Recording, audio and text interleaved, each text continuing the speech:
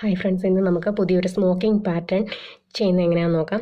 ഈ സ്മോക്കിംഗ് പറയുന്നത് അതൊരു തുണി നല്ല റോസപ്പൂവിൻ്റെ രൂപത്തിൽ അല്ലെങ്കിൽ ഒരു ഫ്ലവറിൻ്റെ ഷേപ്പിൽ ചുരുക്കിയെടുക്കുന്നതിന് പറയുന്ന പേരാണ് സ്മോക്കിങ്. അത് നമുക്ക് പല ടൈപ്പിലുള്ള പാറ്റേൺസ് ഉണ്ട്. അതിൽ ഏറ്റവും സിമ്പിളായിട്ടുള്ള ഒരു പാറ്റേണാണ് ഞാനിന്ന് കാണിക്കുന്നത്. അതിനായിട്ട് ഞാൻ ഓൾറെഡി മാർക്ക് ചെയ്ത് വെച്ചിട്ടുണ്ട്. ഇത് നിങ്ങൾക്ക് എളുപ്പത്തിന് വേണ്ടിയിട്ട് ഞാനൊരു സ്കെയിലിൻ്റെ അളവ് തന്നെയാണ് എടുത്തിരിക്കുന്നത്. ഈ സ്കെയിലിൻ്റെ അതേ അളവിൽ ഒരു സാറ്റേൺ അല്ലെങ്കിൽ സിൽക്ക് ക്ലോത്തിൽ നമുക്ക് ചെയ്യാൻ പറ്റത്തുള്ളൂ.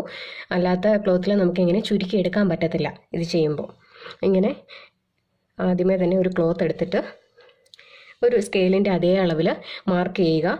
അടുത്തതും അതേ അളവിൽ ഇങ്ങനെ കുറേ വരകൾ മുകളിൽ നിന്നും താഴോട്ടും, അതായത് താഴോട്ട് വരയ്ക്കുക, പിന്നെ വീതി എടുക്കുക. വീതിയും അതുപോലെ തന്നെ എല്ലാം ഒരേ അളവിലാണ് എടുത്തിരിക്കുന്നത്. ഞാൻ എല്ലാം ഒരേ അളവിലെടുത്തിട്ടുണ്ട്. നിങ്ങൾക്ക് കാണുമ്പോൾ തന്നെ മനസ്സിലാവുന്നുണ്ട്, എല്ലാം ഒരേ അളവിലാണ് എടുത്തിരിക്കുന്നത്. ഇനി ഈ ചെയ്യുമ്പോൾ പ്രത്യേകം ശ്രദ്ധിക്കേണ്ട കാര്യം, നമ്മൾ സാധാരണ ബേബി ഫ്രോക്കിൻ്റെ യോക്കിലും കുഷ്യനിലും ഒക്കെ ഇത് യൂസ് ചെയ്യാറുണ്ട്. ഇതിങ്ങനെ യൂസ് ചെയ്യുമ്പോൾ നമ്മൾ സാധാരണ എടുക്കുന്ന തുണിയുടെ 3 മടങ്ങ് എടുക്കണം. എങ്കിലേ ഇത് ചുരുങ്ങി വന്നു കഴിയുമ്പോഴത്തേക്കും നമുക്ക് തയ്ക്കാനുള്ള ഒരളവിൽ കിട്ടത്തുള്ളൂ. അതിനായിട്ട് ആദ്യം മാർക്ക് ചെയ്യുക. നമ്മൾ ഈ കളം എല്ലാം വരച്ചെടുത്തിട്ട് ഒന്നിടവിട്ടുള്ള കളങ്ങളിലാണ് ചെയ്യുന്നത്. അതിനായിട്ട് നമുക്കൊന്ന് ചെറുതായിട്ടൊന്ന് മാർക്ക് ചെയ്ത് കൊടുക്കാം. ചെറുതായിട്ടൊന്ന് മാർക്ക് ചെയ്യുന്നുണ്ട്. ഇവിടെ കൊടുത്താൽ അടുത്തത് വിടണം. അതിൻ്റെ അടുത്തടുത്താണ് കൊടുക്കുന്നത്. ഇനി ഇവിടെ ഇല്ല, അതിൻ്റെ അടുത്തതില്ല, അതിൻ്റെ അടുത്തത്. ഇതുപോലെ തന്നെ താഴെ ഒരെണ്ണം വിടണം. ഇവിടെ ചെയ്തതുകൊണ്ട് അതിൻ്റെ താഴെ ആയിട്ടില്ല, അതിൻ്റെ അടുത്ത്. അതുപോലെ തന്നെ ഇവിടെ ഇല്ല, അതിൻ്റെ അടുത്ത ഭാഗത്ത്. അടുത്തടുത്തില്ല, അതിൻ്റെ അടുത്തത്. ഇങ്ങനെയാണ് ഈ പാറ്റേൺ പോകുന്നത്.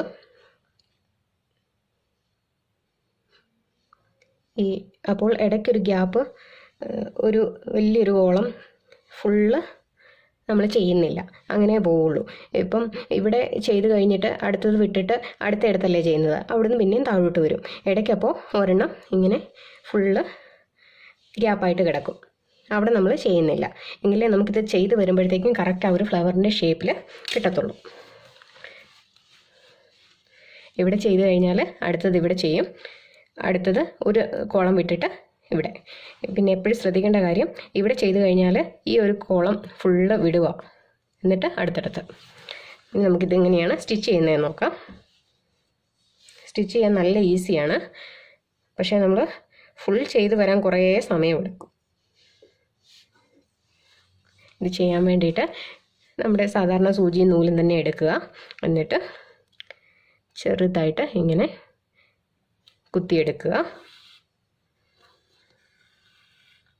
കുത്തിയെടുത്തിട്ട് അടുത്ത ലൈനിൽ ഇവിടുന്ന് അടുത്ത കോളം തീരുന്ന എവിടെയാണോ അവിടെ വരെ ഒന്ന് കുത്തിയെടുക്കുക.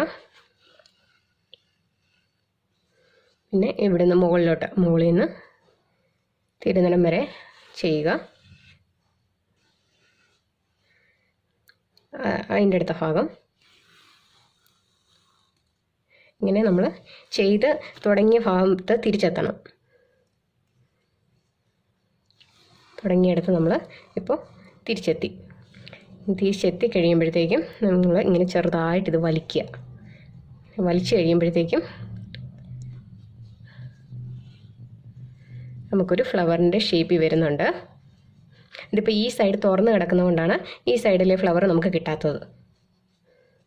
ബാക്കി 2 പെറ്റൽസ് നമുക്ക് നല്ല നീറ്റായിട്ട് വന്നിട്ടുണ്ട്. ഇവിടെ നമുക്കൊരു മുത്തോടെ കോർത്ത് കൊടുക്കാം.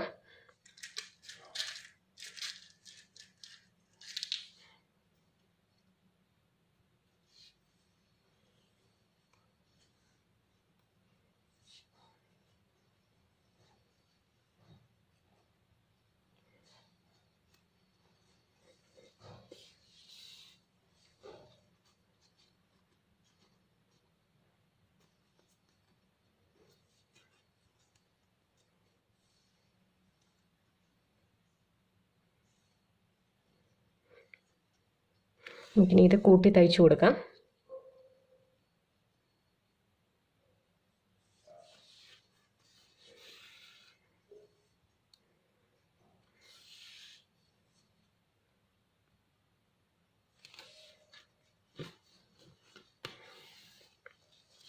നമ്മളിനി അടുത്തത് ഒരു ഗ്യാപ്പ് വിട്ടിട്ടുണ്ടായിരുന്നു, അതിൻ്റെ അടുത്ത കോളമാണ് ഇനി ചെയ്യുന്നത്. അപ്പം നമ്മൾ 2 എണ്ണം ചെയ്തെടുത്തു. ഇതിപ്പം ഞാൻ അടുത്ത ഒരെണ്ണം കൂടെ കാണിച്ചു തരാം.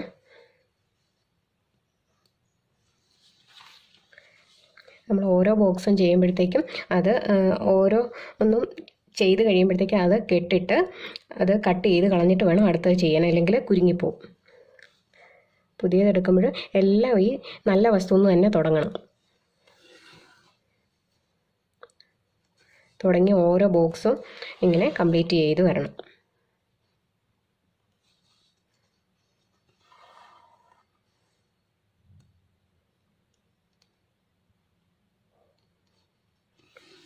തയ്ക്കാൻ നല്ല ഈസിയാണ്, പക്ഷേ ഇത്രയും നമ്മൾ ചെയ്ത് വരാൻ വേണ്ടിയിട്ട് കുറേ സമയം പിടിക്കും.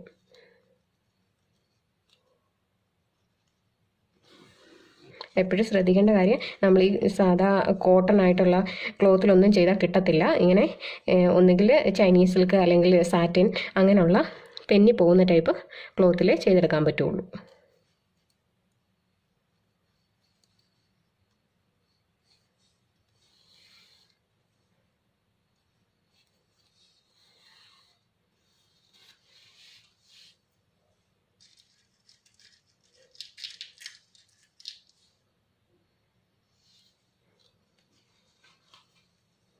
നമുക്ക് എന്നിട്ട് ഇഷ്ടമുള്ള കളർ ബീഡ്സ് നടുക്ക് വെച്ച് കൊടുക്കാം.